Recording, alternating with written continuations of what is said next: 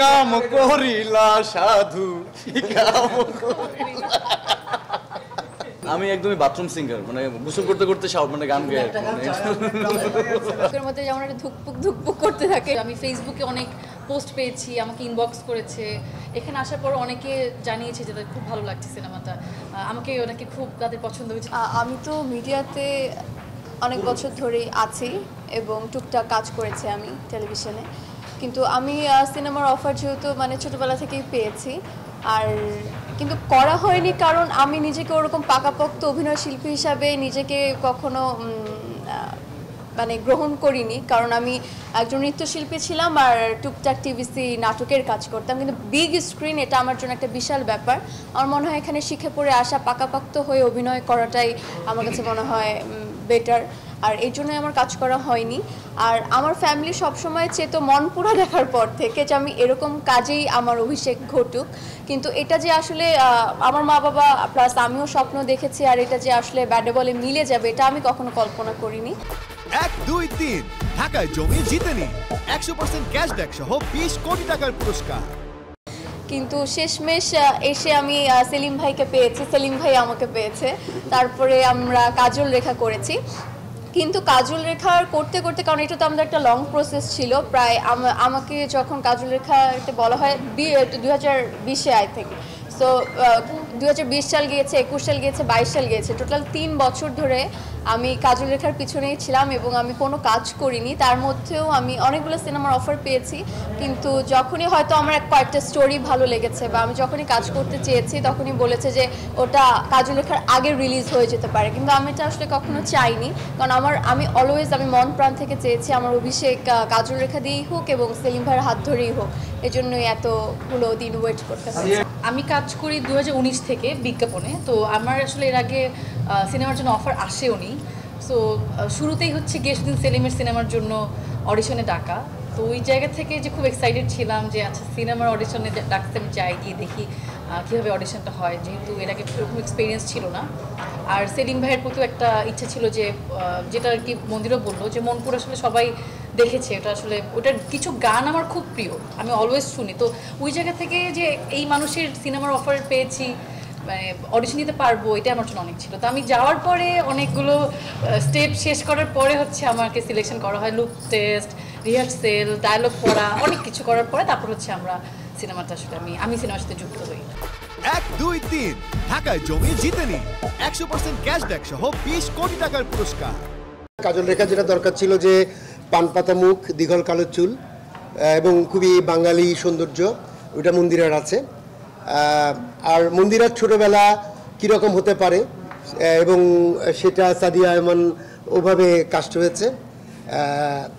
আর রাজের ক্ষেত্রে আমি বলবো, রাজের এর আগে আমার একটা এক্সপেরিয়েন্স ছিল ওর সাথে কাজ করার গুণিনে, আমি দেখলাম যে ও অনেক ট্যালেন্টেড অ্যাক্টর, যে কোনো চরিত্রে ওর মেশার ক্ষমতা আছে আর অনেক ডেডিকেটেড। তো দেন আমার দরকার ছিল কাজল রেখায়, যেহেতু সুচরাজা একটা খালি গা দেখাতে হবে, একটা কান্তিমান যেন যুবক লাগে আর কি, যে অনেক সিক্স প্যাক না আর কি। তো দেন ওর ওই কান্তিমান শরীরটা এবং ওর অভিনয় দক্ষতা দুটা মিলেও আসলে ও সুচকুমার হয়ে উঠেছে। নিজেকে দেখে তো খুব ভালো লেগেছে, অনেক নার্ভাস ছিলাম কেমন লাগবে দেখতে, কেমন কি করেছি আমি, দর্শকরা আমাকে কতটা ভালোবাসা দেবে, কিন্তু দেখলাম যে না ভালোই লাগছে। কিন্তু যখন দেখি বুকের মধ্যে যেমন একটা ধুকপুক করতে থাকে নিজের সিনগুলো যখন আসে, তখন মনে হয় যে ঠিকঠাক লাগছে। তো আবার পিছনে দর্শকের দিকে তাকিয়ে দেখি তারা কেরকম রিয়েকশন দিচ্ছে, তো সব কিছু মাথার মধ্যে আসলে চলতে থাকে। কিন্তু যখন সিনেমা শেষ হওয়ার পর দর্শক বের হয় তাদের প্রতিক্রিয়া থেকে ভীষণ পরিমাণে ভালো লাগে। কিছু ভদ্র মহিলা ভদ্রলোকরা যা আছেন তার পুরো নিজের মেয়ের মতো ট্রিট করে, সে জড়িয়ে ধরে, অনেক পারলে অনেক আদর করে, যেটা আমি দেখেছি, কারণ আমি প্রথম এই জিনিসটা আমার কাছে খুবই ভালো লেগেছে যে তারা এত সুন্দর করে আমাকে গ্রহণ করছে, খুবই ভালো লাগছে। পুরো সিনেমাটা কিন্তু ইমোশনাল জার্নি, সবার জায়গা থেকে আমরা দীর্ঘ অনেকটা টাইম দিই, লম্বা টাইম দিয়ে শুটিং করে আসি। এবার আমার জন্য বেশি এক্সেপশনাল, কারণ আমি 3 ধরনের অডিয়েন্স পাচ্ছি, 3টা সিনেমা দেখছি। তো ওই জায়গা থেকে আমি যখন কাজলটাকে শেষ করে আসতেছি, যারা এই বাংলা পছন্দ করে, বাংলার অনেক কিছু পছন্দ করে, তাদের কাছে এই সিনেমাটা খুবই অন্যরকম একটা ফিলিংস দিল ওদেরকে। অনেকেই শেয়ার করছেন আমাকে যে অনেকদিন পরে পুরো বাংলার রূপ হতে পারে সিনেমা দেখতে পাচ্ছি। সেমটা দেয়ালের দেশেও, সেমটা উমরেও। তো আমার মনে হয় যে এই যে মানুষের এঙ্গেজমেন্ট হচ্ছে হলগুলোতে, আমাদের তো আসলে হলে প্র্যাকটিস নেই যাওয়ার, যে আসলে সিনেমা আসলেই সিনেমা হলে যাব সবাই মিলে। এটাই আমার কাছে খুব দারুণ লাগছে যে মানুষ সিনেমা হলে যাচ্ছে, সিনেমা দেখছে। তো এটা এর চেয়ে বড় পাওয়ার কিছু না। আমি ওদেরকে থ্যাঙ্কস দিতে চাই যারা আসলে এই সিনেমা দেখার জন্য এই যে লম্বা লাইন ধরে আসলে নতুন করে সিনেমার জার্নি করছে। হল থেকে বেরিয়ে যে প্রতিক্রিয়া পাচ্ছি, এইটা আমাকে আসলে আরও সিরিয়াস কাজ করার, আরও অন্য সিনেমা বানানোর এক ধরনের কি বলবো আগ্রহী করে তুলছে আর কি। এটা আমার সাথে হয়েছে, যেমন একজন ভদ্রমহিলা দেখেই জাস্ট বের হয়েই বলেছে তোমার অভিনয় দেখে আমার গুজবাম্পস হয়েছে, আমি জানি না কেন। তখন আমার কাছে মনে হচ্ছে আমার অভিনয় দেখেও কি মানুষ আসলে হচ্ছে, মানে নিজেকে নিজে কোয়েশ্চেন করছি। আবার অনেকে, আমি আর সেলিম ভাই যখন ছিলাম তখন বলেছে যে দূর থেকে একজন চিৎকার করে বলছে আপনাকে বারবার স্ক্রিনে দেখতে চাই, বিগ স্ক্রিনে বারবার দেখতে চাই। আবার অনেকে বলছে সেলিম ভাইয়ের কাজে আবার আপনাকে দেখতে চাই। তখন আবার সেলিম ভাই বলছি নেক্সট কাজে কি আমি থাকছি সেলিম ভাই?